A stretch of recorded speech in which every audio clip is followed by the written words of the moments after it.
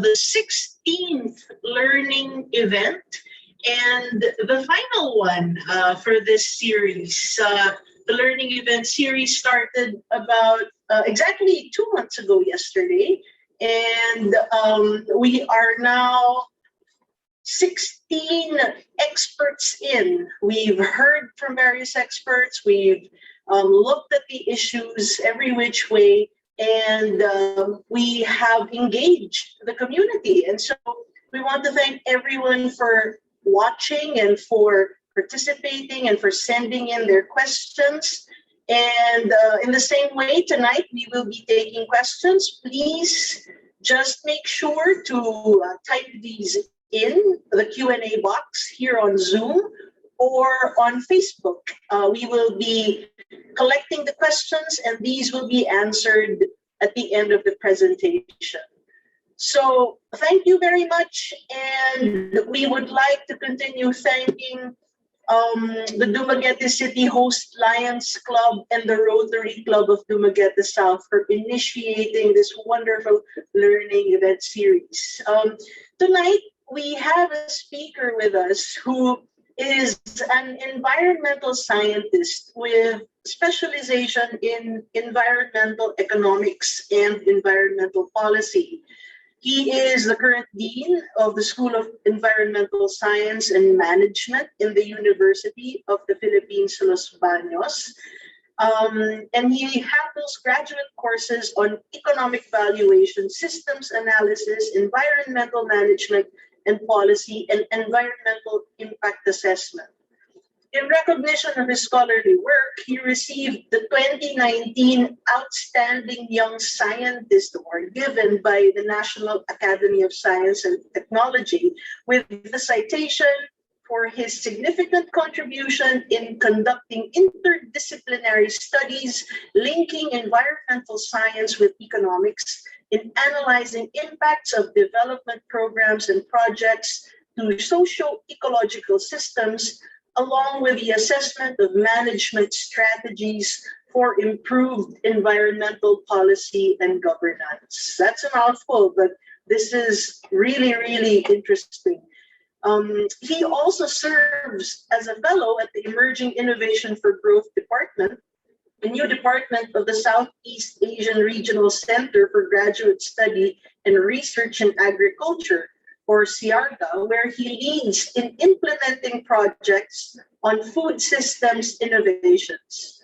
Very active in public service work, he served and maintains good network with national government agencies like NEDA, the DENR, CHED, and local government units like Los Baños, Santa Rosa, Batangas, Laguna, international organizations like SIARGA, World Bank, USAID, ADB, and organizations that support the causes of higher education institutions in the Philippines and Southeast Asia.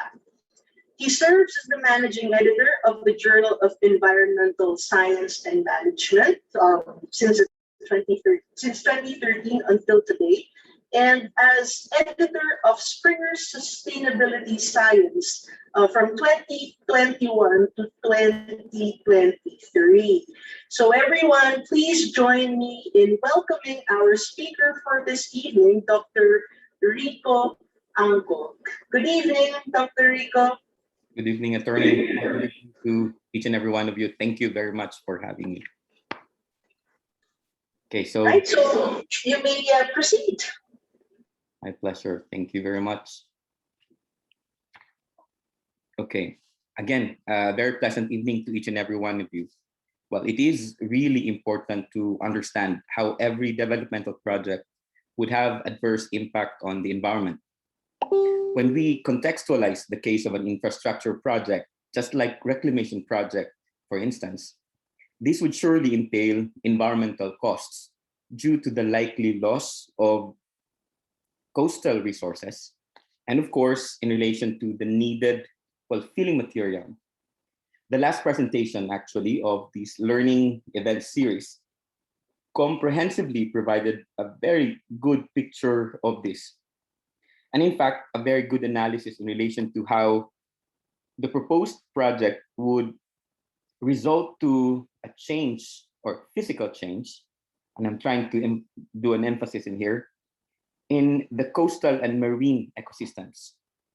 Specifically, Dr. Manuel really elaborated on how you will have a project which will then result to physical change, here being related to sediment resuspension, as well as with the sediment plumes. Well, thinking of that physical change, and with that sediment resuspension, for instance, you have to then also contextualize that with an island ecosystem, just like Dumaguete. Especially, I can surely relate, and I love Dumaguete just like everybody here. It would be of interest to also picture out how sediment resuspension, sediment plumes, along with the attendant physical change, would then result to loss of intertidal flats and other coastal ecosystems, and all of the resources therein. And of course, Dumaguete is very much known for coral reef areas. In fact, we understand and we know for sure that the marine prolific areas were first experimented in the Visayas, particularly with Silliman University. And then we have to understand how such physical change will then result to biological change, especially so that these coastal marine ecosystems are productive ecosystems. So I'm trying to picture out our context of our discussion today. Now, these productive ecosystems clearly or critically underpin the socioeconomic standing of the likes of Dumaguete City, and surely forms the very base of the character and even the soul of Dumaguete City. Of interest here is the need to fully appreciate the value of these environmental costs related to this infrastructure project more, but we have to also understand that more often than not, the value of these environmental costs are not considered in a number of these economic analyses, usually in these big ticket projects.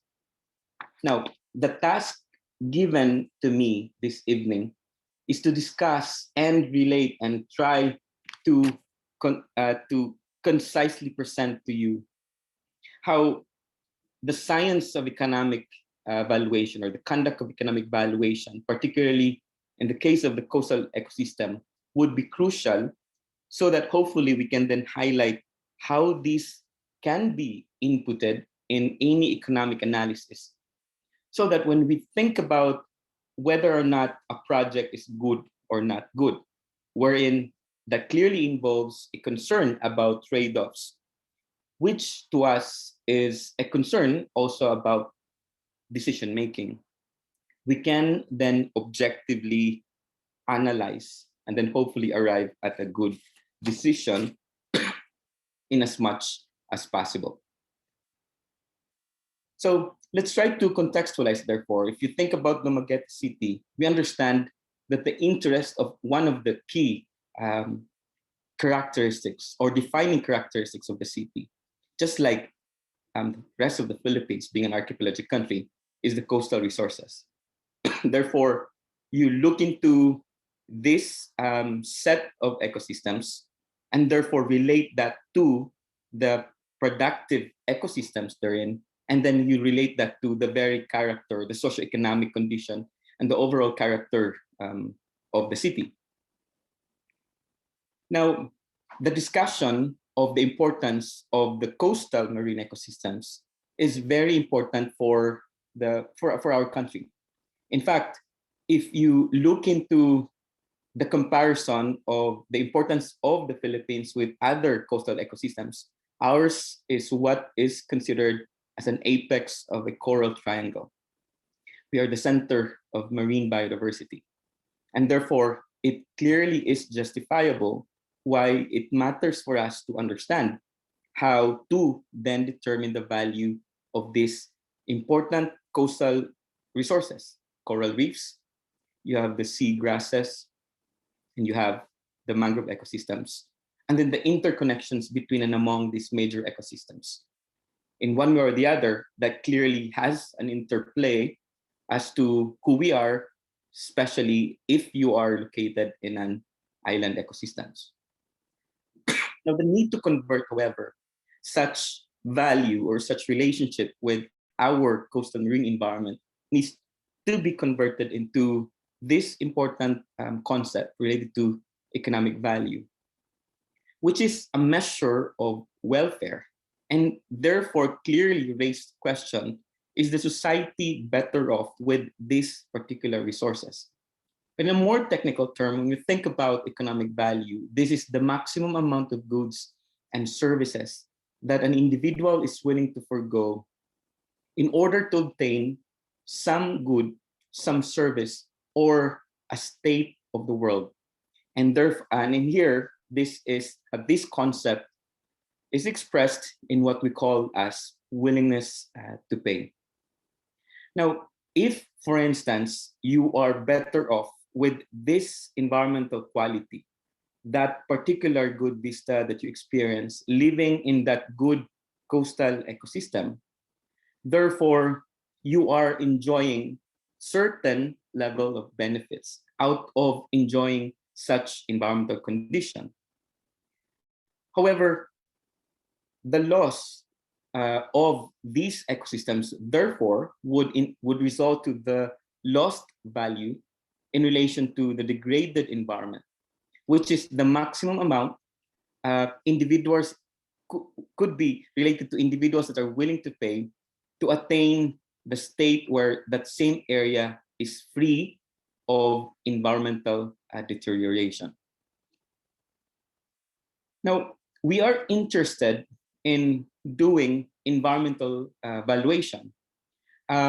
Therefore, that is our attempt to make sure that we solve what we call as the economic invisibility of the natural environment. And when you think about valuation, this is a series of techniques that is used to assess the economic value of the marketed goods and non-marketed goods. Now, in most of the coastal resources, of course, there are marketed goods. You have fishes, for instance. But there's a need to expand the way we look at coastal and marine resources because this one entails non-marketed goods. More often than not, these are our natural resources and the resource services. Any concerns, therefore, about natural resources and the state of the environment are addressed or need to be addressed using welfare economics ideas of producer and consumer surplus. Of this concept clearly underpins any environment or economic valuation techniques. And therefore, when we do an economic valuation, this is the application of the welfare economics. When the variances in the conditions relate to the uses or the states of the natural resources or the environmental quality. Now, very crucial there is for us to have a wider understanding of the coastal resources as an ecosystem. Now, a particular healthy ecosystem, therefore, would have certain level of good quality and quantity of ecosystem services, which are further characterized or classified into four: provisioning, regulating, and cultural ecosystem services. Now, these three classifications are very much underpinned by what we call as the supporting ecosystem services.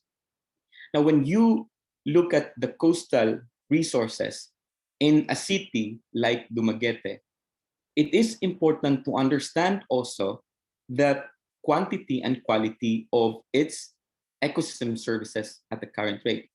Now, when we say ecosystem services, of course, this one covers all of those range of benefits that we actually derive. Now, therefore, we can then say that a true progress of a particular city that is clearly very much again underpinned by these different by the quantity and quality of the ecosystem services, which is a direct and indirect linkage on the different constituents of well-being. Now, we all love Dumaguete, and I would like to clearly emphasize that love for a city is very much related to that constituents of well-being, which is dependent on the quality of that ecosystem services. Now, this one could include security, basic material for good life, health, good social relations. And therefore, we have to be really empowered to look into how a particular progression of development would combine all of these different constituents of well-being. And if we go for a certain development that promotes this quantity, good quality, and good quantity of ecosystem services, therefore, we can also say that the trajectory of the development, which would result to the loss of these ecosystem services, is clearly benefits for GAN. Now, the issue is to then comprehensively use a framework that captures these different elements of a particular healthy ecosystem, so that the reciprocal of that, we have also a good understanding of the benefits for GAN if these are affected by a number of infrastructure projects, for instance. The framework that I'd like you to really remember now is what we call as the total economic value, or the TEV. Now, the way we will then classify all the coastal resources, therefore, must be guided by your TEV framework in as much as possible. And our valuation approaches, or the conduct of valuation activities, is hopefully would attempt to then estimate the total value that is derived from a natural resources. Now, the natural resources here, of course, would vary whether this is degraded or not degraded, or or will be degraded or will not be degraded. Now, your TEV is comprised of use values and non-use values. Now, the economic analysis was alluding to earlier, more often than not captures these use values. And any debate as to whether a decision or a project, for instance, particularly just like any infrastructure project, must therefore require a quantification of the affected use values, which could then cover direct use values and indirect use values. So there are specific goods and services which has of interest to us in terms of its use values. Very crucial, however, are the case of the non-use values. More often than not, when you think about Dumaguete City, it's not just the good quantity or good supply of fish all year round that we love the city for, but also the overall characteristic of the city, which more often than not could be related to non-use value. Now, what we do, we take those TEV framework as incorporated in the conduct of your economic analysis. Now, crucial in any debate related to a decision theoretic framework are the very tools and the techniques that you employ. We can always argue whether one is good or one is bad. But of course, that may not result to a particular clear decision, but we can agree on the need to employ a particular method, so that we will then therefore agree on the results of that earlier agreed valuation techniques or decision theoretic framework. Now, one is what we call as the economic impact analysis. The task given to me is to elaborate that when we look into a reclamation project, that will then start from the technical analysis on the biophysical impacts of that infrastructure project. Now, what we do there is to then translate all those physical impacts into costs and benefits. Now, important, therefore, is to then use that uh, as an input to your decision theoretic framework. One could be cost effectiveness analysis, when the basis of your decision is solely on costs, under certain conditions when benefits are difficult to estimate. However, there is also what we call as the cost benefit analysis, which is a far reaching and very much important basis to then compare costs and benefits, of course, of a particular option. Now, relating it back to the case of valuing coastal marine resources, it is important that when you use your total economic valuation, a TEV framework, therefore, you are in a position to understand the different ecosystem goods and services. The change in the quantity and quality of these ecosystem goods and services could therefore be affected by any infrastructure projects that we would set in place. And now that could be then related to your economic losses.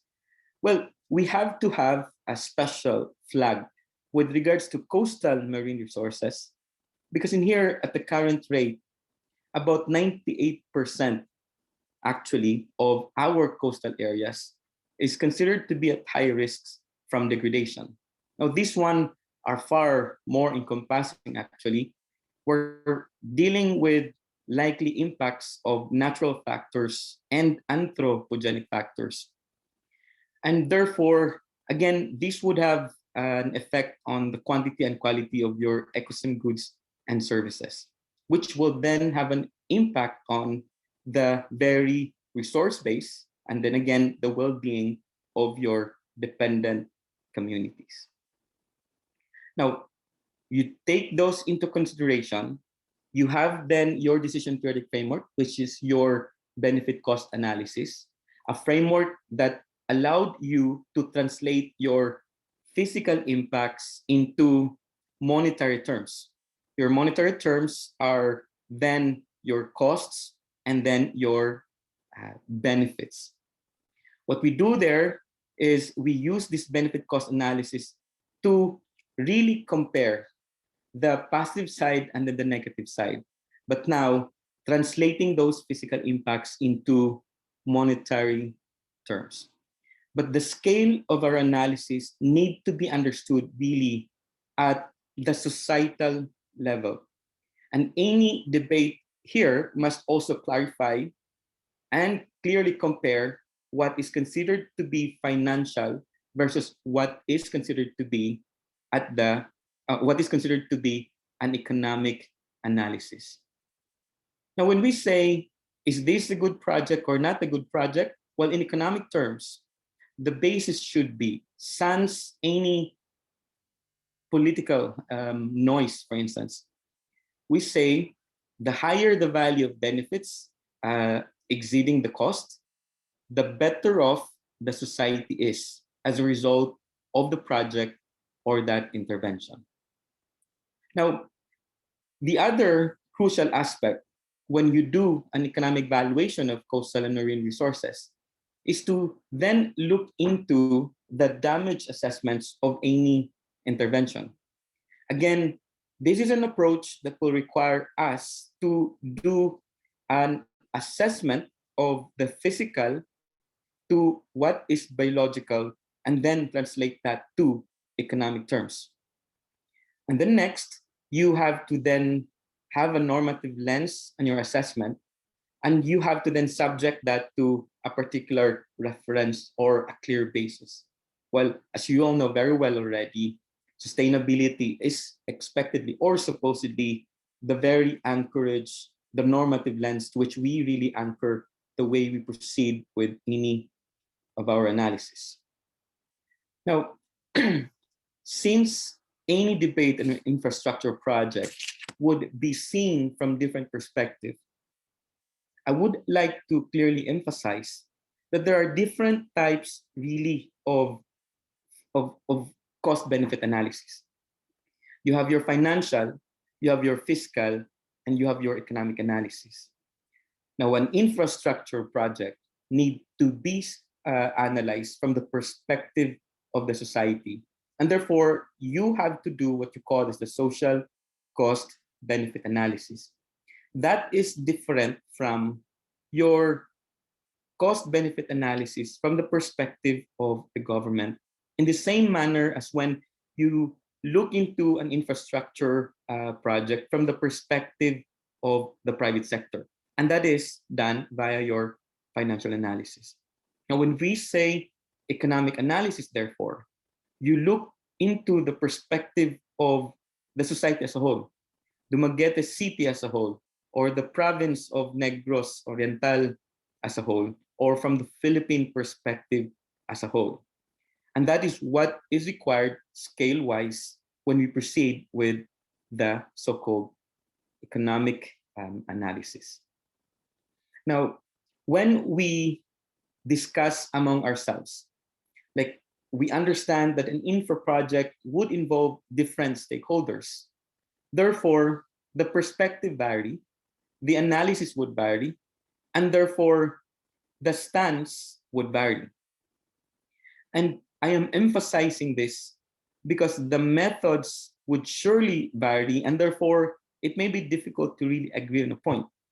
And therefore it goes back to clearly understanding from which vista we're looking at a particular problem.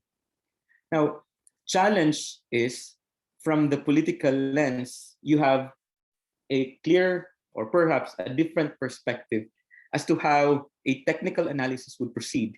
And it's not just simply about what is expected to be done. The practical aspect of the work would require you to be careful about the availability of the data, which will then have an effect on the way you will proceed with your analysis.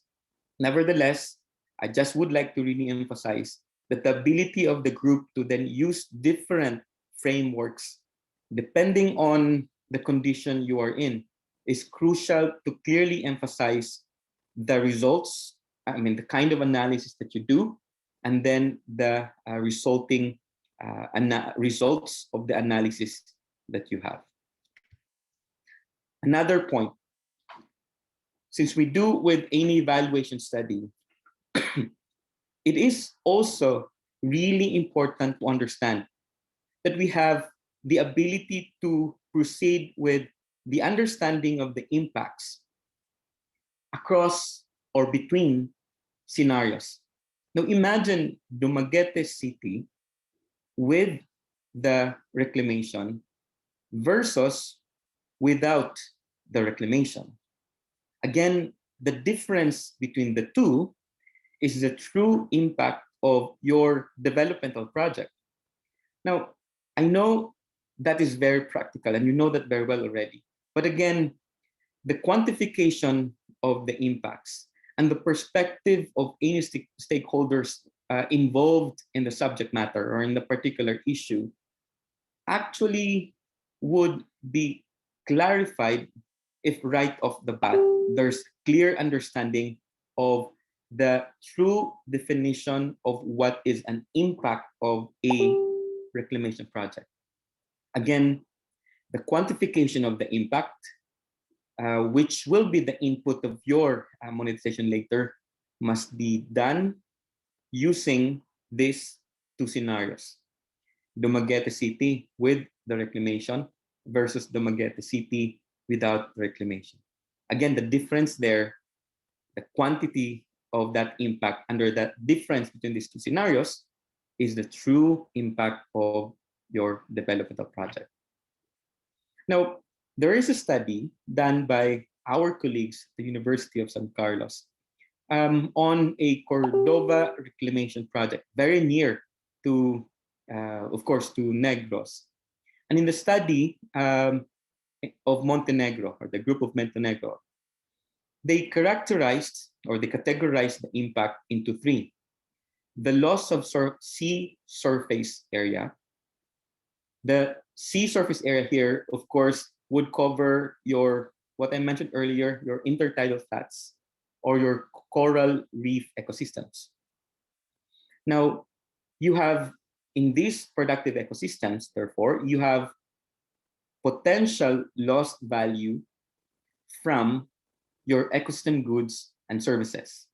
The classification, the characterization, which will be the input for your monetization later, will then be guided by your total economic value framework. Now, a coastal marine ecosystems and its productivity is surely related to its coral reef ecosystems. Now, in the study of Montenegro, they clearly emphasized, and as has been elaborated by Dr. Manuel in the previous discussion, damage to coral reef ecosystems is very important to take note and to quantify and monetize. Second impact, which has been also elaborated and in the previous discussion, is the impact of the building work, particularly related to the filling material. Now, that one can also be ascertained, covering a number of potential impacts as well. Well, there is, for one, external costs of landfill quarrying, and there are also, again, attendant physical impacts. And just like change in the water quality, change in the air quality, and also in the noise pollution, among with other temporary effects. Third, the impacts of additional human activity on newly created land. And that might be have an effect on additional air and marine pollution. Now, what we do when we proceed with an economic valuation is therefore you do an estimation of the physical change, how much area, and what is the current condition of your intertidal flats and your coral reef ecosystems. And then you do an analysis or the projection of these coral reef ecosystems with your reclamation project versus without the reclamation project. And then you proceed with each of these different categories of impacts with your monetization. Now, the valuation study would then involve different types of valuation techniques. I know this is quite a lot in terms of the number, the different types of valuation approaches. Perhaps what is really crucial and my intention for our sharing today is for us to increase our awareness that the science and therefore the different types of valuation techniques that we can actually employ to estimate the value of coastal resources is actually a lot already. You have your direct market valuation approaches. Particularly here, you'll use your market price-based approaches. This is more common. These are usually applied to marketed goods. So you have your coastal ecosystems with a clear marketed good there, which is one of your ecosystem services, just like fish, for instance. And therefore, you have market price for this, and you proceed with the estimation of the impact under those two scenarios using the available market prices. Now, there's also different ways of estimating the value of goods and services. You have your revealed preference approach and you have your stated preference approach. Very common more common example of a valuation technique under the revealed preference approach is the travel cost method and then the hedonic pricing approach. Later, as my sharing for our discussion today, is a project that we had before using travel cost method.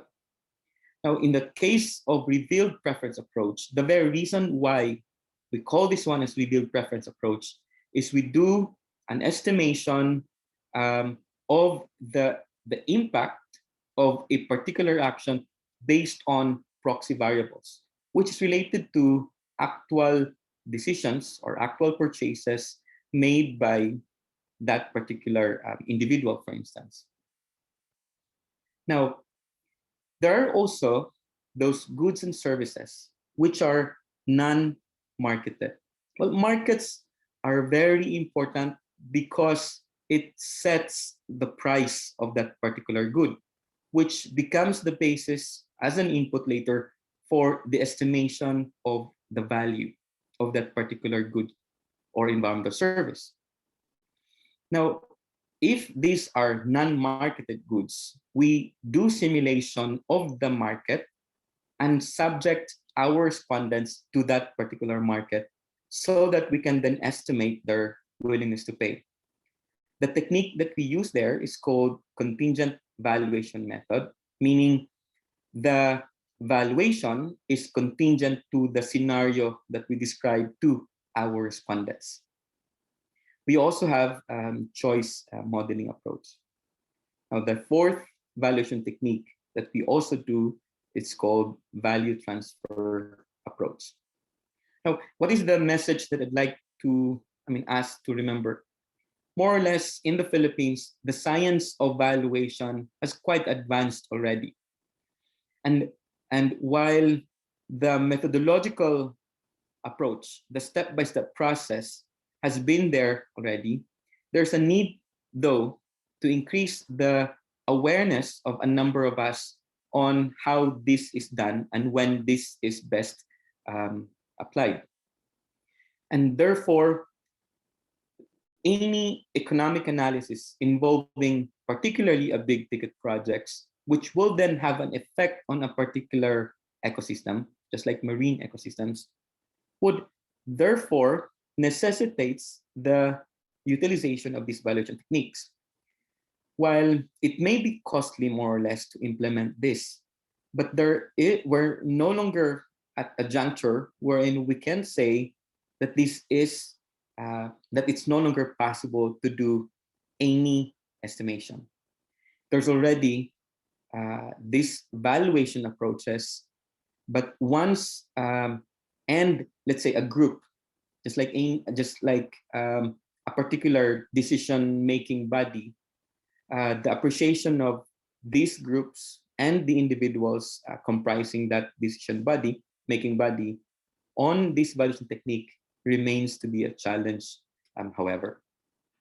Now, let me present to you one particular case just to really arrive at the point and to explain how valuation study or a particular valuation technique among those long list of valuation techniques could be employed.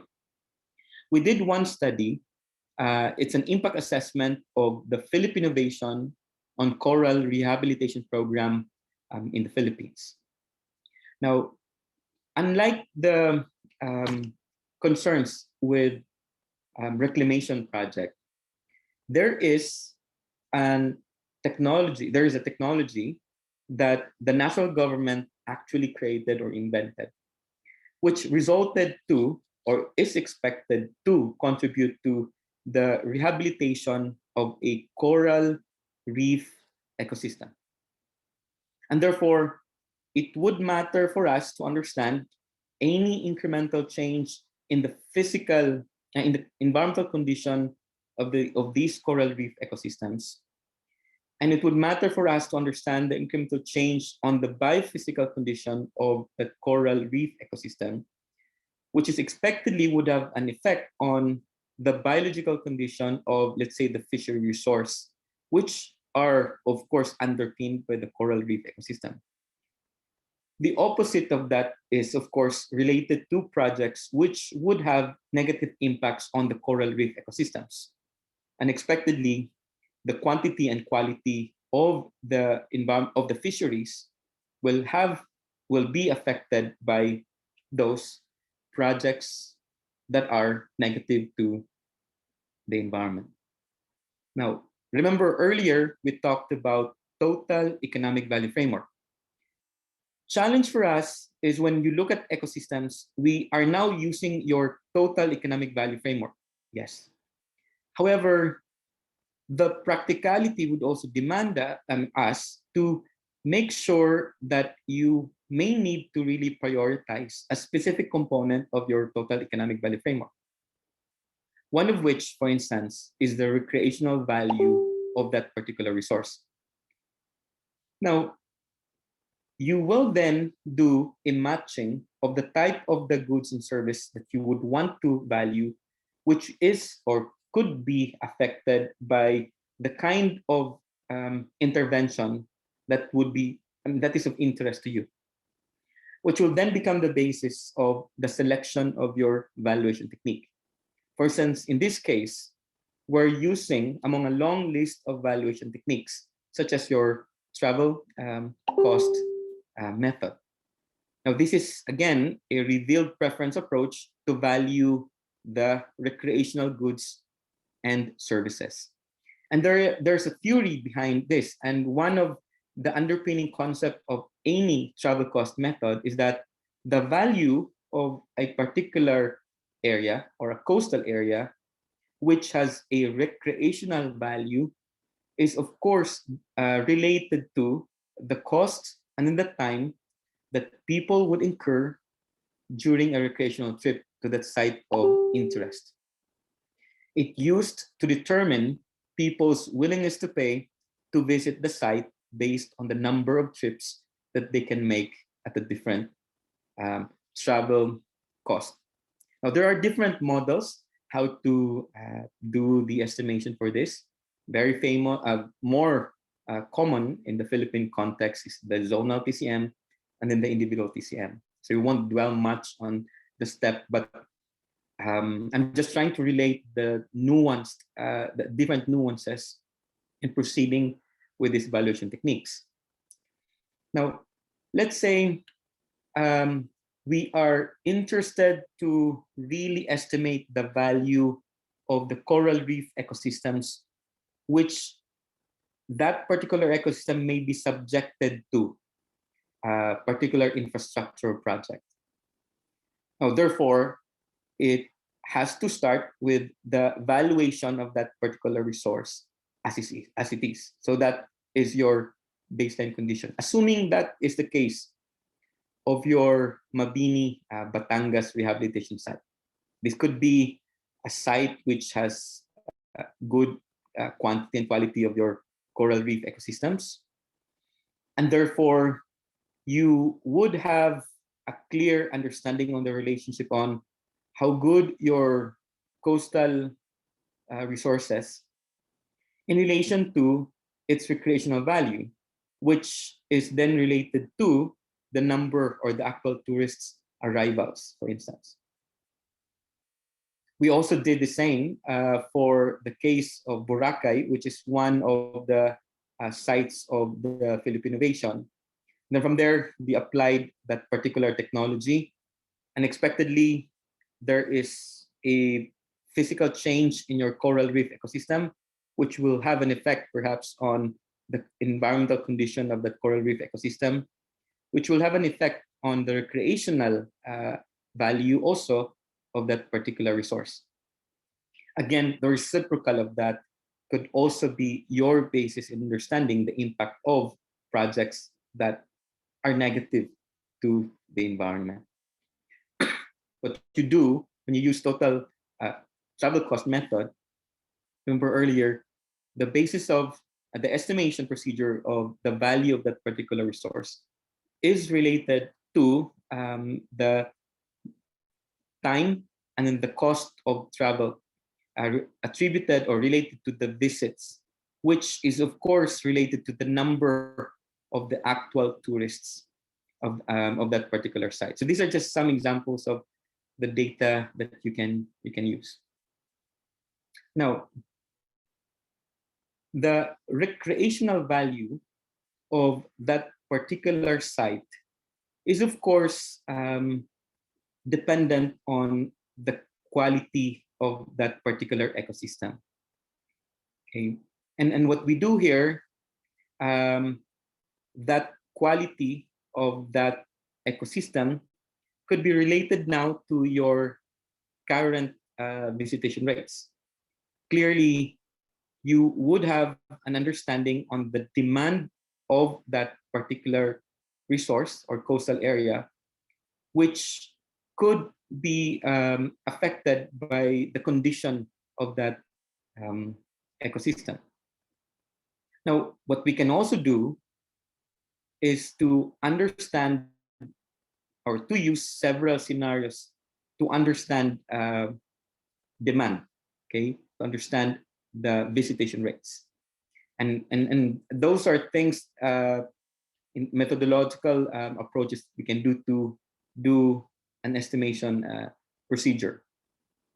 In the Philippines, this has been done. You use travel cost method and you present a number of scenarios. Let's say, for instance, here, scenario number one, poor to fair, from the current conditions of the coral reef to the future conditions of the coral reef being fair, versus another scenario from being poor to excellent coral reef conditions. So you see, you can play around with a number of scenarios depending on the context of the interventions to which you're doing your economic analysis. Now from there, you do an analysis of the demand. So just like an example, okay. So for instance, in Mabini, Batangas, you now have your frequency of visits. So you're looking into the demand, meaning the number of visits in a particular time period. Okay, so that's your frequency of visits under a particular scenario, scenario one, scenario two. The other aspect is, which is very important in a travel cost method, is the total travel cost, which will then be inputted later on in our estimation of the value of a coastal resource. Now, later on, we have to also understand a number of factors that clearly determine your visitation rates. I mean, what are the important factors that affect visitation rates, which is also would cover a number of different variables. It could be on the type of the tourists. It could be on the type of tourism activities. It could be on the socioeconomic characteristics of your respondents, just like their income or monthly income, for instance. And here we use this to determine the coefficient of your travel cost plus your opportunity cost. So the science behind here is more or less there already, but at least for our purposes today, there is already an empirical analysis that we can clearly employ to better understand the factors that would have an impact on as to why a tourist visits a particular site of interest which has recreational value. Now, your recreational value is just but one of the different goods and services that would be of interest when you look at a particular marine resource. And that is why more often than not, there has to be a combinations of different analyses involving different types of goods and services. If an economic analysis involves just one particular provisioning ES, let's say that is your fish, we can say that that economic analysis is surely an underestimation. These are lower bound estimates of what is the true value of that particular resource. On the other hand, what could be the true value of the damage of that particular infrastructure project?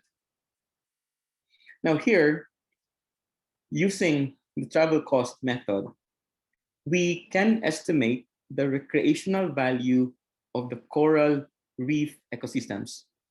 Now we're using the concept of consumer surplus.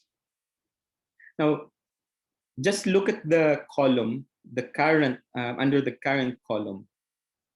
Earlier, our regression analysis allowed us to determine the coefficient of the travel cost? Well, the theory of travel cost method requires us to fully grasp that particular or understand that particular variable.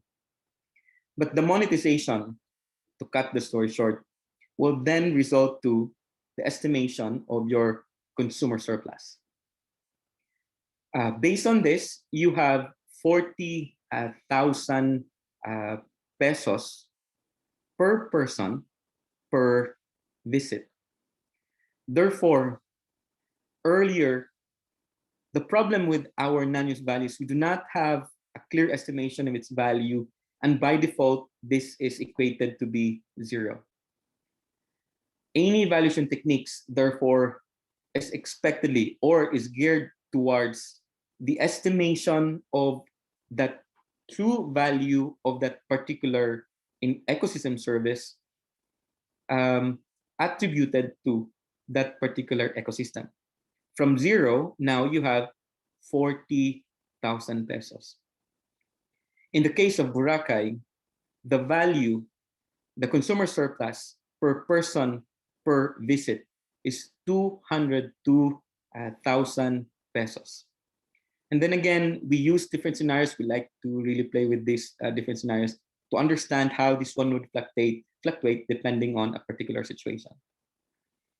Now, so therefore, with the availability of this value estimations, you can have a clear input on the estimation of the benefit attributed to a particular good, which could then be lost if you are making an assessment of a particular infrastructure project which have negative impacts to the environment. What is clearly crucial in any discussions related to big ticket infrastructure projects are estimations of costs and benefits. And therefore, when a group say that this is a good project or not a good project, the cost benefit analysis therefore is expectedly must comprehensively evaluate all of those impacts under these two scenarios, with and without the project. There are steps involved how to eventually ascertain what we call as the net present value. And in this particular discussion, your basis of your decision making is really related to that one number alone, to that number. And of course, we have to understand that there has to be strict cuenta.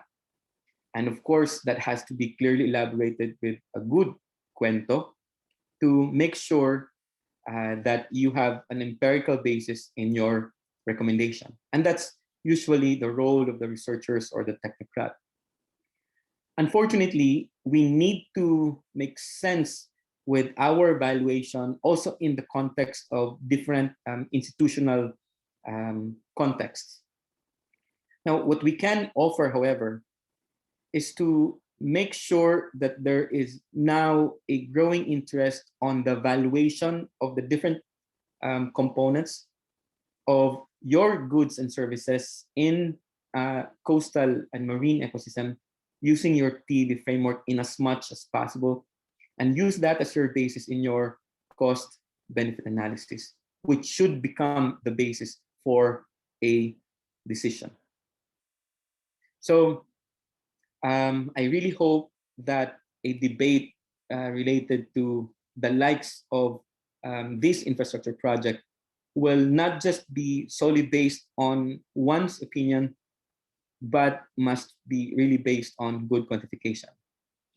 When I was invited and when I looked into the particular topic, it truly is of interest to then see how we can proceed with using actual data on the ground so that sometime in the future, perhaps we can arrive at a good result of cost-benefit analysis, which then put the issue or the subject matter in different light. And I would like to really argue that that must be the basis with whether or not such a reclamation project is good or not good. So once again, good evening, everybody, and thank you very much for your time.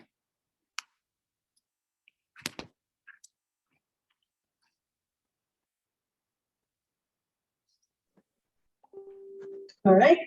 Thank you very much for that very detailed presentation, Dr. Rico.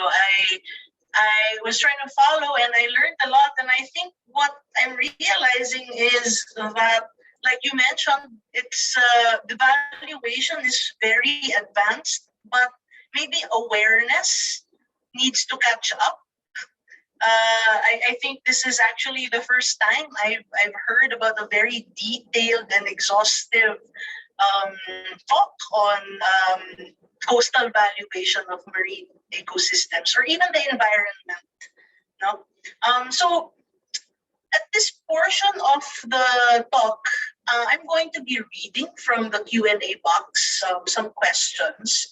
And after I read the questions, I will leave you to answer them, all right? The first one, these methods are quite technical. Are there existing teams, people, businesses that the government can hire to do this?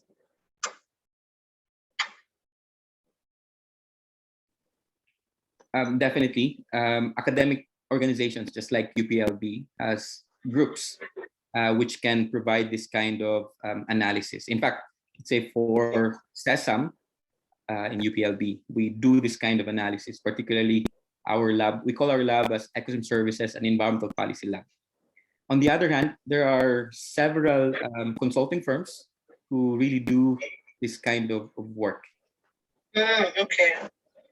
You mentioned earlier, no, na this is costly. So I guess my question is just to follow up. What is I mean, I understood the presentation, but how would you pitch the upside to this investment? Because it's an investment to hire people to make this analysis. Okay, I'd like to answer that in two ways. First, the usual approach is that we do an analysis from project to project. So there is a need, there's a question, and that requires a particular project, which would then require an investment. To me, that is very much reactive, but that's been the practice. What is ever needed is for us to invest on a good data infrastructure system, which is related to good monitoring system, which could then be utilized for a particular study. What is problematic though is that this monitoring data is quite absent. So we don't have year-to-year databases, and therefore we proceed with a particular implementation of a project, which may be limited also sometimes because of data concerns. Yeah. Does that mean you start from scratch because the data isn't compiled in a certain place, and so from project to project you start from scratch, collect data again, build on that?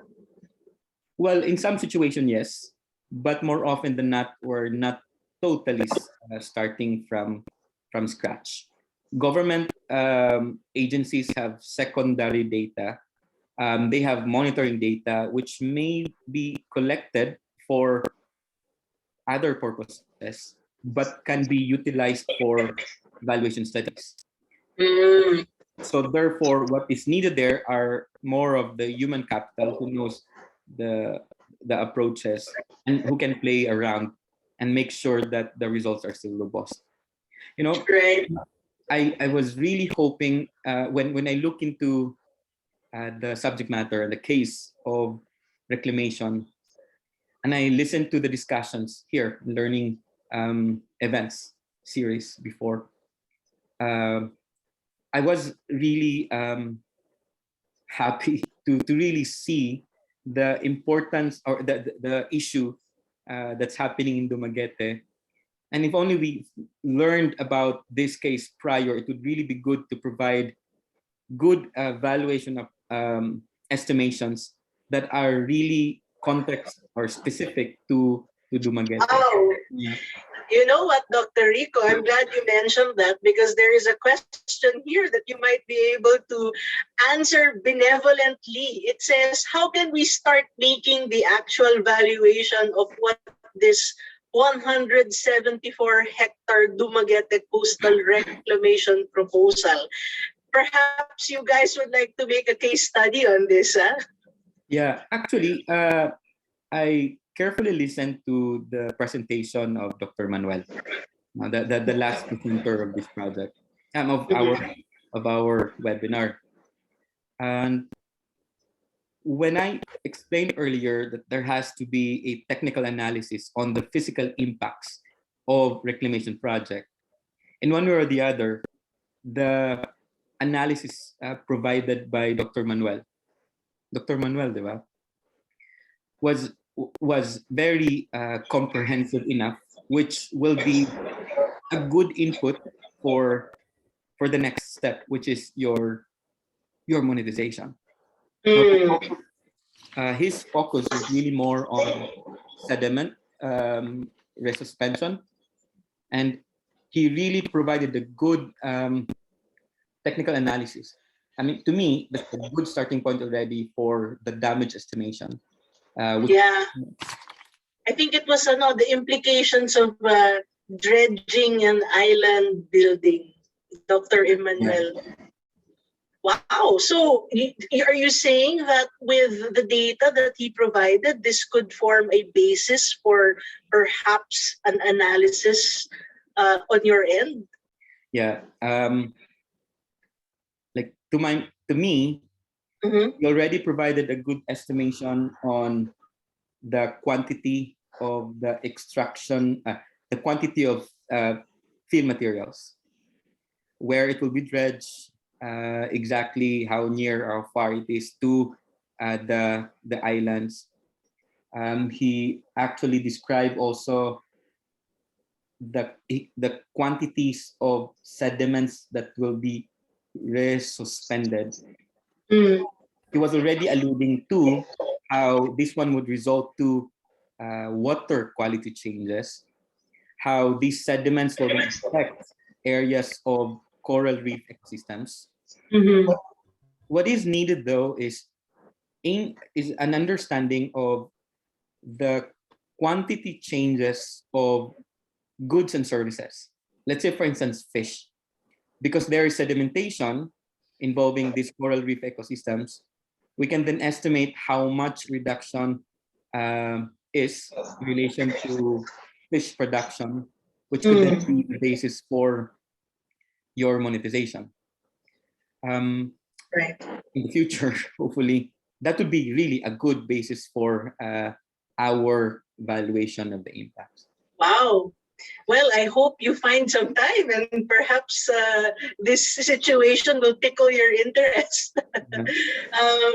All right. We have some more questions here. What are the key indicators needed in these kinds of valuation methods? Key indicators needed. Mm.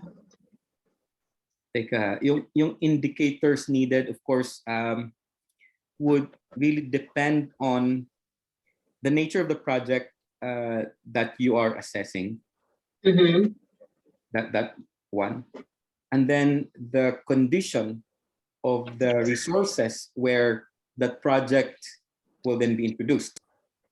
Right. So there are a number of indicators related to the characteristic of the ecosystem in relation to the type of the project that you will be analyzing. You marry these two, and then you analyze what will happen to the ecosystem without that project versus what would happen to the same ecosystem with the project. Again, impacts need to be understood from that particular lens. Because oftentimes, and this is really, to me, a big mistake.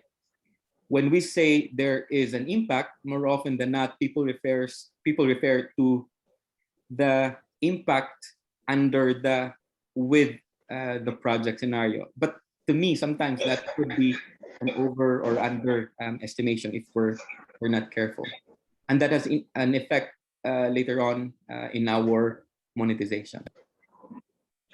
Right. I think earlier, your example was Dumaguete City with the reclamation versus Dumaguete City without the reclamation. And if I'm not mistaken, what I gather from that is that the true value of, I mean, there needs to be a correct appraisal of the marine ecosystems or the true value of these ecosystems so that we also would know the true cost of reclamation. That's correct. And let me emphasize also that we're talking about Dumaguete City. Silliman University is there. There has been biological studies on the coastal and marine resources. And of course, just like other academic institutions. So if we check where are we, like in terms of the baseline studies, characterizing the coastal marine resources, more or less I can surmise that we have good data set on that respect. Yep. For sure. For sure. For sure. We've had scientists from the very start of this event series talking about, the seagrass and, the measurements that they've done or the studies that they've done in the area. So I think data there is available in this case. Yeah. All right. We have a lot of questions coming in actually. Okay. Are proponents for development projects that are likely to have environmental impacts required to have some form of ecosystem valuation study when they submit a proposal? This one would depend really on the proponent, but more or less, this is not. I mean, the practice is not what is ideal or what we wanted it to be. There's already some elements on the incorporation of valuation study, but more often it isn't the case. There could be an incorporation of the valuation study, but maybe the valuation procedure might be quite problematic. But nevertheless, when we think about environmental impact assessment system in the Philippines, valuation is not yet incorporated in the system, in a sense that environmental impact assessment would clearly involve estimation of the physical impacts of the project. And therefore, that becomes your basis for your identification of your mitigation measures for your negative impacts and the identification of the enhancement measures for your positive impacts. So long as these mitigating measures can clearly mitigate these impacts, we're saying that this project would be good to go. However, there is a clearly different way of looking at these impacts from the perspective from the economic lens. Mm-hmm. The conversion of these physical impacts to costs and to benefits, which will then be the basis for your comparison, may lead to a totally different narrative. So there is now a need for the incorporation of the valuation and the way we will proceed with our environmental impact assessment. So there's movement on that department. However, at the national level, when a national government agency submits its a national government agency serves as the proponent of a particular project. It could be 1 billion pesos up. NEDA, through its ICC, Investment Coordinating Committee or Council, really requires, of course, your ECC, but this NEDA subjects this into an economic analysis as well. That requires now your economic valuation study on top of your environmental uh, assessment. So there's already movement. There's already a system where we do our best to incorporate valuation at that particular level. Mhm. I did a little bit of reading on the subject, and I found that in Europe, policies already require the use of environmental valuation and cost-benefit analysis. Now, in the Philippines, there is a pending bill in Congress, House Bill 9181, authored by Rep. Lauren Legarda and co-authored by Rep. Manuel Sagarbaria, known as the Philippine Ecosystem and Natural Capital Accounting System, or PENCAS Law of 2021. If you're aware of this bill, could you kindly comment on it? That's actually a very important development from the perspective, at least, of us working in the environmental sector. Now, in summary, when maybe I can approach it this way. When you look at development, for instance, in a country, the basis of our development, of course, is your GDP, which is related to the productivity of any economic activities.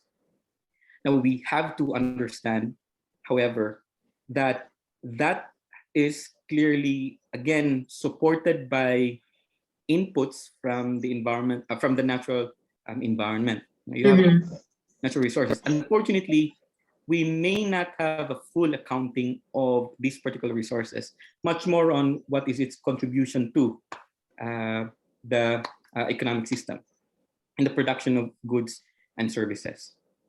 Second, in the production of these goods and services, we understand that there are environmental impacts. We produce pollutants, etc. But we also do not account the quantity of impacts of these pollutants. And therefore, we might be appreciating a progress, a developmental and economic growth, but we do not fully appreciate whether it has resulted to the depletion of the natural environment, as well as its impact to the environmental resource. And therefore, there is, we're missing that important aspect. In natural capital accounting, there's a system that we put in place for us to then characterize and appreciate the flow and then the stacks of the ecosystem services in relation to a particular economic activity, which is aimed to hopefully allow us to better appreciate the inputs and then the impacts of resource utilization.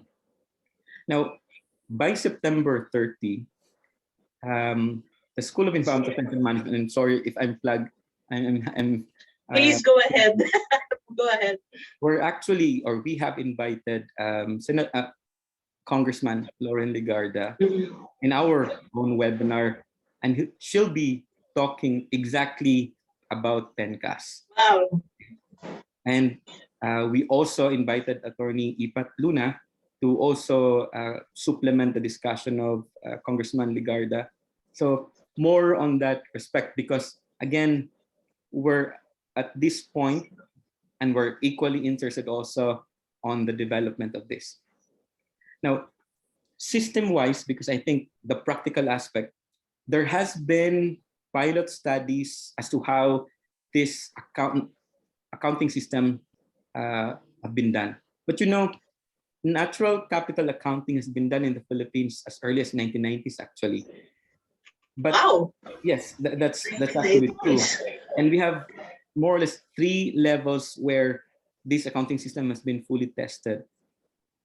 Sometime in 2015, 2016, there's what we call as the Wealth Accounting and Valuation of Economic Services. You have your WAVES, which then supported NEDA and then the Philippine Statistics Authority to create this system, their account system for a particular service or a particular ecosystem. You have for mangroves, you have for mineral resources, you have for Southern Palawan, and you have for Laguna de Bae. Now, the scaling up and scaling out is the challenge in relation to this. With the passage of with this bill, we hope that at the national government level, there's really the institutionalization of this. Right. Wonderful. I think that was a thought that popped in my head. How can we make this SOP? Diba? We need to institutionalize it. Before we go to the next questions, maybe you can share to our viewers where they can find the webinar link for September 30. Okay, so in the FB account of SESAM or UPLB SESAM, let me check. Okay. It's there. UPLB SESAM. Okay. Okay, I will share it now. Yeah. So please, I'm very happy if you'll join also that account. And I mean, this webinar, and instead of asking me, it would be far better to ask Congressman the author of the law. Thank you for sharing the link to the Facebook page. All right. A connected question here is if coastal valuation of marine ecosystems is very important in making decisions relating to reclamation projects, would it be a good idea to make it part of either law or PRA requirement? I think you've answered this, and more answers to follow on September 30. So please just check the Facebook page of UP SESAM. Yeah. All right. Another question. How about for a case where no EIA conducted on a reclamation project in a coral reef area where there were no reclamation activities held? What do you think is the best approach on assessing the value of damaged coral reef? This to me is a very tricky question because there are at least two bases for us to make sure that an EIA must be required. One, when a project would affect what we call as the environmentally critical area.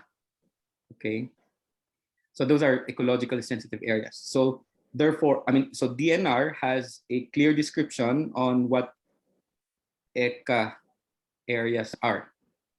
Second, regardless of the location of the project, if that project is characterized by DNR as an environmentally critical project, therefore EIA is required in the project. Now, reclamation is really an ECP, okay, and much more if it is located in a coastal marine environment, much more near to a marine protected area, or it is within a marine protected area, etc., etc. It is within an environmentally critical area. EIA therefore must be, is necessary there. Assuming that's not the case, okay, EIA was, I know for some reason, wala. What do you think is the best approach on assessing the value of the damage of the coral reef? So you still proceed with your biological assessment of the coral reef ecosystems prior, hopefully, to the actual reclamation project. And again, that brings me back to the earlier aspect that I mentioned, that it would be crucial to have monitoring or actual monitoring data, the LGUs or government agencies, so that if there is these kind of needs, you can go back to those data and use that as your basis for your evaluation as an input to your decision making. Hello?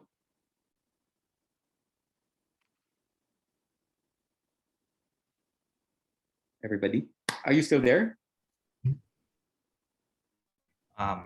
It seems like the moderator was Okay. has internet problems, and I think yeah, that's me. Okay, so I don't have the attorney's skill, so what I'm going to do is just read the next question for you, sir. Is that okay? Okay. Sure. Okay. Okay, we have here the next question. It says, can you cite practical differences between ecosystem accounting and economic valuation? Okay. Economic valuation. So let's say, for instance, I'll answer that based on questions. Okay. If you want to determine or to estimate what is the value of Pawikan, what is the value of a marine protected area, what is the value of a clean air, well, that can be determined using your economic valuation studies. However, if you want to have a fuller understanding of what is the contribution of the environmental sector, it could be a forest, it could be coastal, it could be the fishery resource, so on and so forth, to the economy. It could be at the national level, or it could be at a particular ecosystem. It would be of interest to then proceed with your accounting system. Okay, so that's just a very simplistic answer to more or less differentiate those two.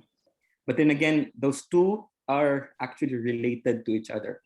Okay, we invest on our valuation studies so that we have a clear basis on our environmental accounting system.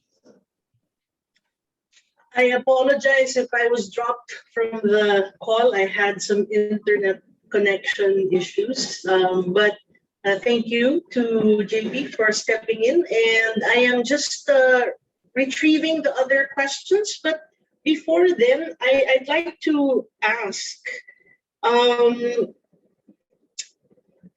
your experience, I know you cited Boracay and other areas, right? But are these places that have actually preserved or increased the valuation in their areas? Because I remember earlier, maybe just to sort of frame this, I gathered that the quality of the ecosystem affects demand for the resources or the coastal area, and the ability to generate revenue, as you mentioned. So, have you seen any examples that have done a good job of preserving or adding value? Well, specific to Boracay, specific to Batangas, definitely these are areas where you have a good set of ecosystem services and therefore need to be really valued, particularly its recreational value. When I say earlier that we have to understand the true definition of what an impact is, sometimes we do a comparison of two scenarios that might be both are dwindling in terms of the quantity of the goods and services. So for instance, we have a polluted river, already polluted river, and then that's scenario number one. And then there is a scenario wherein you would establish a building, whatever infra, which will therefore result to an even more polluted river. Therefore, the comparison of the two scenarios is actually between an already polluted river versus an even more polluted river. There is still an impact in there. So we cannot say that even a degraded ecosystem, there's still no impact. The benefit there could be lessening of the pollution, or even exacerbating the pollution. Okay. I hope I made. Yeah, I do understand, but I guess my question was sort of something connected to a previous speaker's presentation, wherein architect Alcazaran talked about the Iloilo Esplanade, for example. It's by the river, and I think they rehabilitated this, and then of course, began urban planning and designing the area. So I was wondering if there have been successful instances of communities or local government units sort of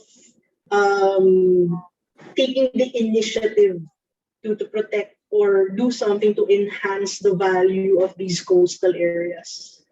Yeah. We conducted one study.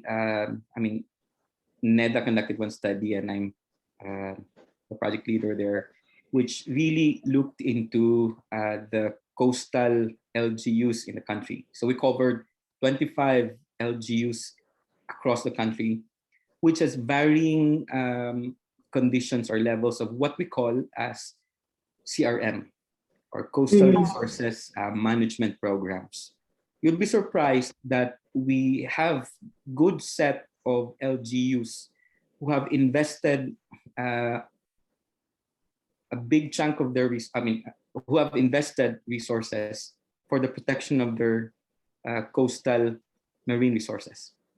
And attendant to that, of course, are good livelihood, etc., etc. So we have LGUs with good local leadership who realized the importance of really investing on the natural capital as the very core basis of their economic development, local development planning. Okay, so that's a good that's a good news. Yeah. However, just like on CRM, in our analysis, among these 25 LGUs we've analyzed, the amount of the financial resources they have that they invest on improving CRM is just about 2 to 5% of their ERA. May bagong pangalan, pero that's the range. So more or less maliit po yun, pero that's a good starting point actually. At least now the national government is interested to find innovative financing mechanisms to really support the need of these coastal LGUs. Right. Thank you for answering that questions. It seems kasi that it's within the best interest of the LGU to spend or invest in it, since it's also going to reap benefits to the place itself. So I was curious if how the spending was, or if anybody was doing it successfully. Yeah. All right. We have other questions here. At what point does NEDA come in for massive development projects like the Smart City proposal in Dumaguete? Does NEDA take into consideration ecosystem valuation or TEVs? Well, there is a requirement in terms of the budget. No, any project that is 500 million, I think it has been increased to 1 billion, especially if it is funded by the national government, or to be funded by the national government, or it will be funded via ODA, especially. That would then require a clearance process under NEDA. As to the valuation, there has been an attempt to really incorporate results of economic value study in the evaluation of big ticket projects. Right, but I think until it is enacted into law, all of this perhaps will not be, I guess, applied mandatorily, no? Kasi can NEDA actually impose? Well, NEDA as as having the oversight function of this really imposes this Ah, particular requirement. all Okay. right. Yeah. However, of course, there is project specificities and site specificities, which will then add nuances to the kind of methods that you're going to employ. That is a different story to discuss. All right. But NEDA always say there has to be good due diligence and complete staff work. But as to the method of conducting this, there is no standard. Is that correct?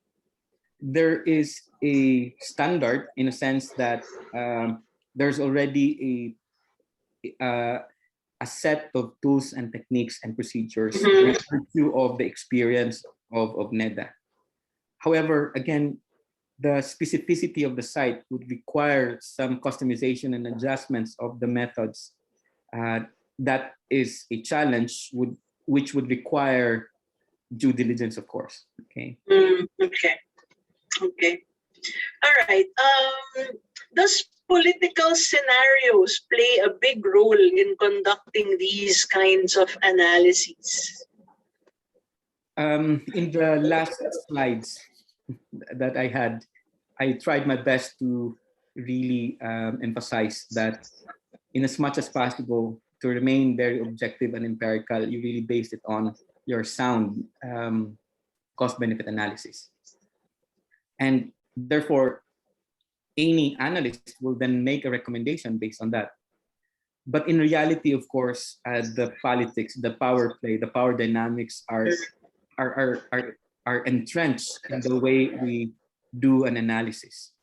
So therefore, a good analyst must be really good at its methods because the methods will really protect you and also the institutions where you work. But we shouldn't be really naive not to have an understanding of these politically motivated factors. Right. So therefore, that requires us not to be just good with your methods, but also with our ethics in really something through. So at SESAM, we hope to really impress upon our students the importance of combining these two. It's easy for me to say it, but I think that is really important to be appreciated and viewed to our students. Definitely. Competence and conscience, kumbaga, no? I think in relation to that, we have a comment here with a question. Thank you, Dr. Ancog, for a comprehensive presentation. The mayor of Dumaguete, being the most prominent salesman of this massive reclamation project, always tells critics to not worry because the project will follow the processes of the PRA and DENR. We have heard the same from DENR too. To what extent do the processes of project approval within PRA and DENR take into consideration the complexities of ecosystem services valuation? So that's a very difficult question to answer. But of course, we have to understand that as institutions and as organizations, these regulatory bodies, of course, would behave based on their experience and their mandates, and therefore we have to give them some room.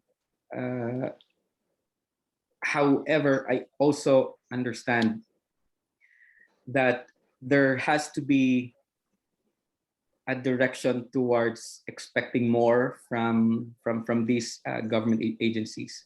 I think what is really crucial in this kind of analysis is that there has to be a clear incorporation of a strong sense of accountability and community empowerment. So I think that side of the story needs to be included in this kind of analysis, because a good complementarity would surely benefit the general public. Yeah. However, that may not be true all the time. So we may have very good analysis. It may be favorable or not favorable, but with not so clearly empowered communities to take account whoever anyone can really perceive. So Yeah. lastly, we need everybody in as much as possible to be fully appreciative of the mandate of a given organization, an appreciation of what is expected of them in terms of the methods in their functions as basis for their regulatory function, and we have to then impose accountability, which is Mm, already embedded in how the procedure should be done. So, for right. instance, public consultation, so on and so forth. I know Right. it's so easy for me to say, but that is where we are currently. Yeah. I understand. And I think this ties into what you mentioned about Ned, that there is a standard, but there's also some nuances specific to the project. And, that's maybe those gray areas where lapses can happen or things can fall Yeah. through the cracks. Thank you. Thank you for that very honest answer. Can you cite practical differences between ecosystem accounting and economic valuation? Yeah, I answered that one earlier when, Okay. yeah. All right. How about, let's see, the Philippines has been approving reclamation projects in the past. Were those projects required to undergo economic valuation of marine ecosystems? Not strictly economic valuation in its purest approach, but an impact assessment would really require resource assessment, and therefore coral reef ecosystems, mangroves, all those resources in the coastal and marine ecosystems are actually assessed in terms of the impact of the project. In physical terms, but they are included in there. It's not. It's just that they are not analyzed in terms of its value, but it is purely based on the physical impact. It's like how much coral reefs will be gone, how much mangroves will be cut. Those are the variables that you play in the conduct of an impact assessment. All right. I hope you don't mind. We're going a little bit over time. We still have several questions here. There's a question: is it still relevant to conduct valuation for coral reefs even without proposed infrastructure projects or any coastal development in the area? Definitely, yes, very much. Mm. In fact, an LGU who has a coastal resource management program would require resource assessment, and that requires coral reef ecosystems. Ms. All Zara, right. would it be all right to just like 1 minute, please? Like just 1 minute. Is it okay? Sure. Are you going to go offline or where? What? No, no. 1 minute for what? I'll just have to go to the toilet if you don't mind. All right. All right. Yeah, just 1 minute, Um, 2 seconds. Sure. So, ladies and gentlemen, we have about maybe 6 questions left to ask, after which we will be wrapping up this evening's talk with Dr. Rico Ancog. And if you're interested, I personally found tonight's discussion very, very interesting. And if you'd like to learn some more, his school, where he deans let's have a look at the name of the department. of which he is a dean. They're having a webinar to talk further about the proposed PENCAS 2021 law. Let me just check on the details. Right, so you can find this in the Facebook page of UP School of Environmental Science and Management, UP SESAM. Okay, welcome back. Thank you. Thank you. Right. Where were we? Okay, next question. There's a question here, Dr. Ancog, I would like to ask on the appropriate valuation method on the less studied fisheries. The subsistence fisheries, particularly focusing on gleaning macro invertebrates in seagrass beds, that is, estimating the economic value of seagrass beds as gleaning grounds, considering SG provides food provisioning services to coastal communities. All right, it's gone. Well, we're talking about gleaning. So here, there are more often than not market prices for these kind of products, because in as much as one particular valuation approach there is market price based approach, specifically in relation to production functions. So we can understand the quantity of these gleaning resources through time, because we understand their biology, and then therefore, let's say, how their quantity changes will be affected by an intervention, let's say reclamation. Therefore, there is a reduction in the quantity or an increase in the quantity. That reduction or increase in the quantity will then be multiplied by the market price. And in summary, that is your basis in the valuation of that impact of that infra project. In summary. All right.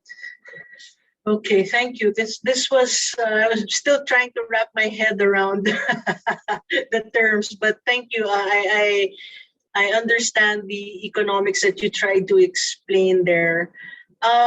Okay, sir, good evening. Are you familiar with the project of DENR Coastal Marine Ecosystems Management Program, CMEMP? Do you think they really help the people by giving livelihood and also their goal of coral planting? Does this really help the environment? Well, I'm familiar. I have some friends who are implementing this, and I think yes. Any environmental projects that results to public good is expectedly have an impact on each and every one of us. However, the scale of the impacts may not be as we wanted it to be. This one usually happens when much of the interventions are really project to project to project, in comparison to a more programmatic interventions. Mm-hmm. So the assessment, therefore, of the impacts would depend on your input. The input being here is your project. So that is the reason why there could be pilot testing, and then you have to scale it up, make sure that you institutionalized it. If there are a number of people who are implementing it or a number of bodies who are implementing it, that's the time that you see change in terms of the scale, and therefore expectedly you see also the impact. One keyword in CMEMP is actually livelihood, and in a number of our studies, any livelihood is underpinned by good environmental conditions or quality. So the answer there is definitely yes. But how good are we in designing our environmental projects so that we can achieve a particular targeted socioeconomic impacts that that is another challenge. Okay, so definitely there is an impact, but perhaps to scale it, to see the larger impact to society, that's another challenge. Well, one last aspect though, please let's be patient because coral reef ecosystems, for instance, will take a while before a significant economic impact will be felt. So, Yeah. say around one in several years, Mm, tumubo siya. Tapos yeah. biglang snorkel ka, tatapakan natin, wala. Tapos ang investment natin. So, Yeah. there's a temporal aspect of that kind of investment and environmental projects. Yeah, 20 years, no? 20 years to grow and just the typhoon. All right. Two more questions. We have in Palawan po, may plano ang province na magpatayo ng coal-fired power plant sa bayan ng Aborlan noong mga 2013 pero tumutol ang isang university doon sa bayan ng Aborlan kaya di ito natuloy. Pero pinapatayo na daw po ang coal-fired power plant sa next na bayan sa kabila ng pagtutol ng mga nakatira malapit doon sa pinagtatayuan ngayon. Tama po ba iyon? Any comment po? Salamat po. Well, I understand and I'm aware of this issue. I know, let's say the West Philippine WPU University. Medyo nagkakaisa sila doon para to go against the coal-fired power plant.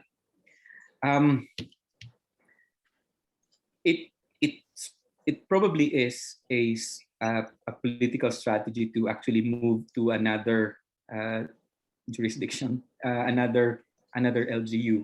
Yeah. It could be a tricky move actually on the proponent, but I think it is legally, it can be done. Maybe from our perspective, that is quite problematic because we're talking really about coal-fired power plant. The impact of the air quality impacts of coal-fired power plant is actually wide-ranging. This is a clear case of disconnect between the way we define scale, meaning the scale of the environmental problem versus the the political scale. So, of course, there's a disconnect in there because we cannot really contain the air pollution within jurisdiction alone. It's really wide-ranging. But in impact assessment, as you know, I know I'm talking like really an old professor here, but expectedly, in the delineation of the impact areas of a coal-fired power plant, the nearby LGUs should have been clearly incorporated, included in the impact assessment, because the nearby LGU, which in this case is the Aborlan, is party to that particular coal-fired power plant, even if the coal-fired power plant is located. Yeah. Right. That's the thing. You cannot contain the effects. I think that's what we're seeing now, even in the discussions on climate change, right? It's affecting. Yeah, go ahead. Anyway, tama na nag-diskarte ang proponent, pero it doesn't totally mean na wala na dapat si Aborlan. Yeah. All right, we're down to our last question. This is asking for your opinion. Why do you think, or what do you think is the reason why valuation was not conducted before? Maybe because it's not, or it's not necessary from the perspective of, let's say, decision makers. And then at the same time, there was a, when it's really related to the science of decision making. So the paradigm perhaps on the way we make decisions before did not take into consideration the value of Right. the environment and also the value of the impact of our action to the environment. That has changed already. Right. But the next concern naman is, parang mahirap yan. Ba't ko magpapakahirap? Lisod-lisoron ako ang kagalingon, no? Yeah. Sinood. So therefore, what is required there is a good number of organizations or tao who can do those nitty-gritty ng economic valuation. Mga Meron din tayo magpakabana. Magpakabana. Ang sunod na sad, okay, even if we have a good set of researchers, pero gusto ba na siya sa decision makers? It's a different story. So, we're already at that stage that, let's say, in the case of the PENCAS law, for instance, we're already at the mainstream policy making. We just have to make sure that the process and the system will be put in place so that we can then connect all of those and move back.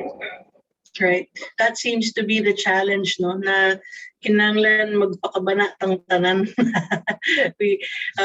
Thank you for answering that question. So we've come to the end of our Q&A. Perhaps you would like to share some closing remarks? It is really important to appreciate the difference between what we call as environmental advocate or para bang anong tawag dyan? Yung bang ko sa environment, like you really love the environment. A number of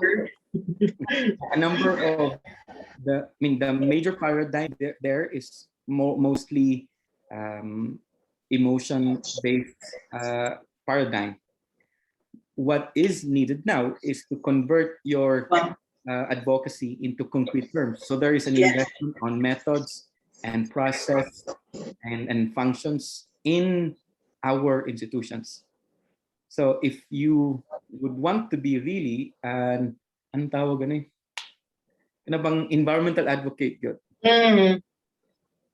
What is needed is for us to really study more of the methods and approaches and make sure that you form part with the, let's say, the structure, and then you learn from it, you question it, and then you provide good basis or an alternative or a recommendation on the methods.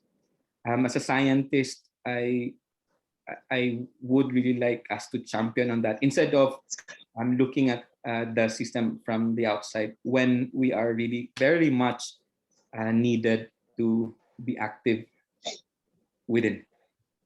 So thank you really very much for your time.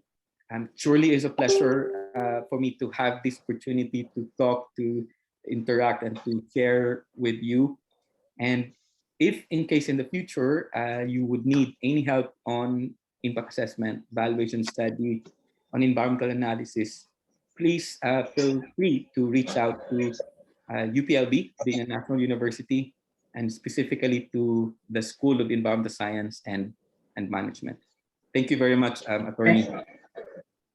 Thank you, Dr. Rico. We're going to take you up on that. But thank you also for being proximate. I really like what you said about changing the paradigm from emotion-based to actually getting to the nitty-gritty, looking at the method, the functions, the approaches, and then coming forward with a recommendation for concrete steps and solutions. And so thank you for advocating that. There have been many scientists that we've had on the Learning Event series who have done just that. So we are very grateful for your heart to share your time and expertise. Thank you very much. So there you have it, ladies and gentlemen. We have had distinguished scientists, researchers, lecturers from the Philippines and abroad, lawyers, elected officials, the mayor himself, architects, urban planners, engineers, conservationists, economists, deans and academics from the most intellectually rigorous academic institutions in the country, all experts and impact drivers in their respective fields. We've covered subjects ranging from marine biology, environment and ecosystems, geology and other sciences, law and the legislative process, public policy and governance, economics, security, engineering, and urban planning. Tonight, we have heard perhaps the summation of this series, that total economic value includes well-being, and this has been probably what has driven the efforts of the citizens of Dumaguete. So I'm thinking perhaps this is what the framers of the 1987 Constitution had in mind when they included the provision proclaiming that the state shall protect and advance the right of the people to a balanced and healthful ecology in accord with the rhythm and harmony of nature. I think we should just all continue to pray for the leaders tasked to protect and advance this constitutional right. May they find conscience and courage to act justly, and let us as citizens of this republic never tire of engaging the leaders we've elected, participating in constructive dialogue such as this, and holding our representatives in government accountable. On behalf of the Dumaguete City Host Lions Club and the Rotary Club of Dumaguete South, thank you all for joining us throughout this 16-part series and doing your own due diligence, investing your time to find out and learn the issues surrounding the Dumaguete Smart City Reclamation Project. Salamat sa pagkabanat natong tanan. Maayong gabi.